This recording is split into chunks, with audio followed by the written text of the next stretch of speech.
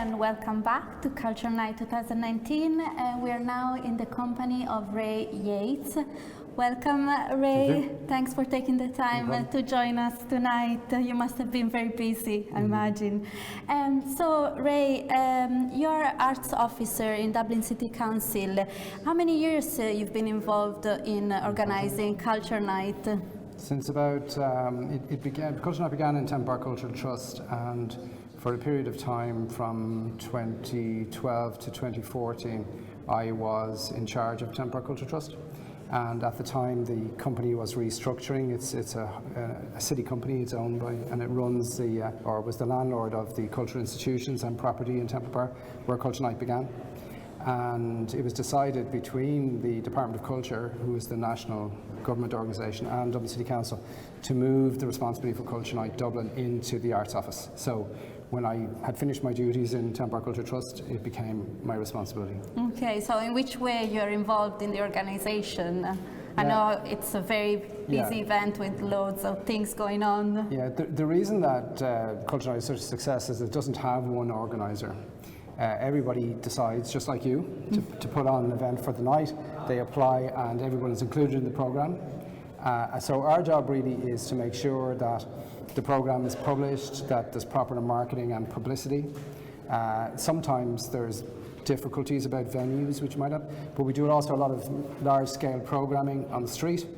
Like tonight there's the RTE concert in Collins Barracks, there's the massive crane on Dame Street, which is going on right now.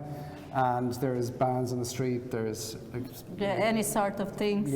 How many events just in Dublin City? Oh, it's hard to really tell, but we think it exceeds 500. 500, and I heard it's like 4,000 in all Ireland tonight. Yes, so, you know, it'd be 500 around the city centre, maybe 1,500 by the time you take in all of Dublin. Wow.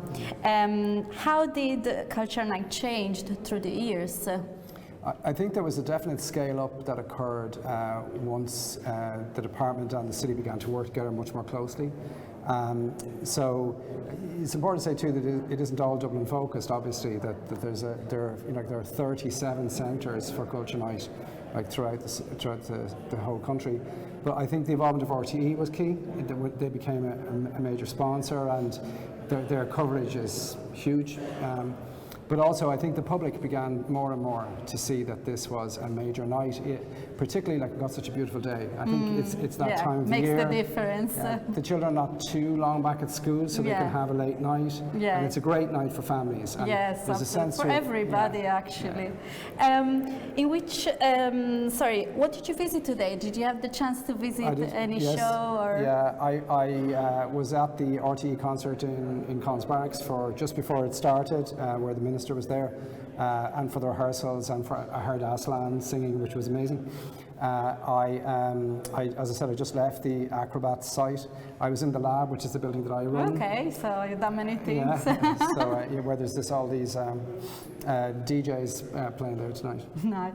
So thanks very much, Ray, for coming, and wish you a nice continuation of the night. Thank you. Thank you again.